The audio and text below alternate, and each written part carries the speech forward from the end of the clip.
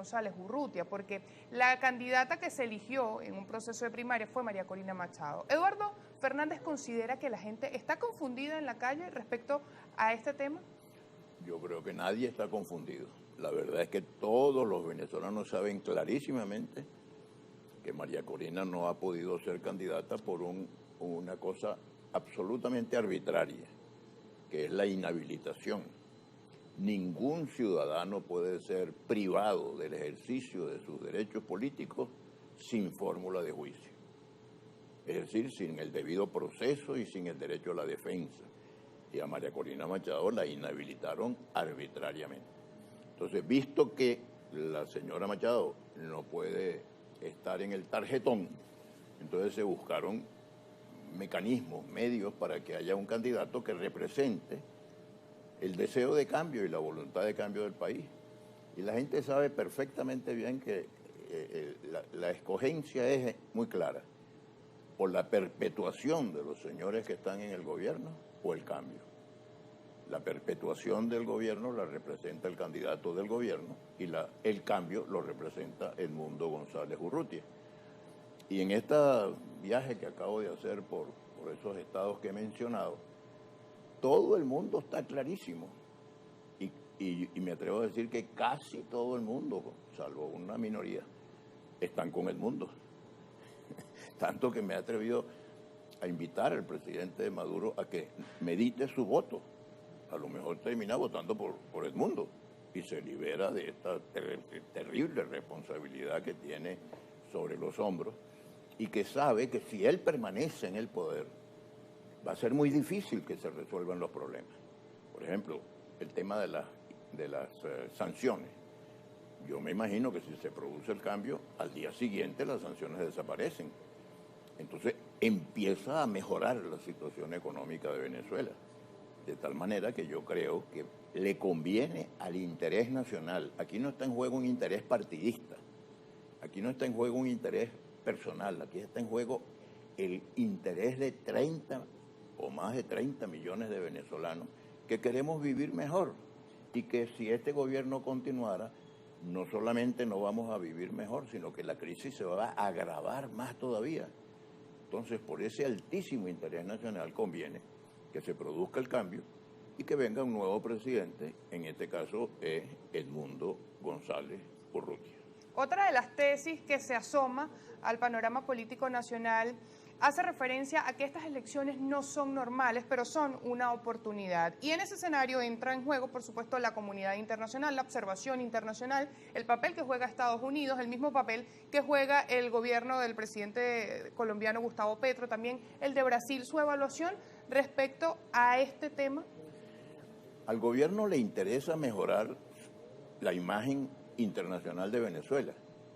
En el mundo hay la impresión de que no tenemos un gobierno democrático, de que no se respetan las reglas del juego. Por ejemplo, en ningún país de la comunidad internacional se entiende lo de las inhabilitaciones.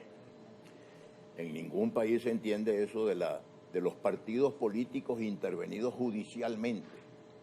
Esa es otra novedad, otra cosa que no entiende la comunidad internacional. No entiende la comunidad internacional la hegemonía mediática del gobierno. El gobierno tiene un predominio en los medios de comunicación social que no se corresponde con una situación democrática. Y el abuso de los mecanismos de poder. Entonces, qué bueno que la elección del 28, de aquí al 28, quedan apenas 2 meses, ojalá que todo transcurra con normalidad y con respeto a las reglas del juego. Pero después del 28, que se produzca la transferencia de poder en términos pacíficos, civilizados, institucionales, democráticos.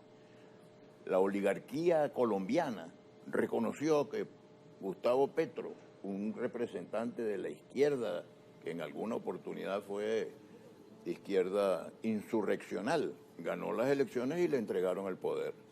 El peronismo en Argentina reconoció que Milei había ganado las elecciones y le entregó el poder al señor Milei.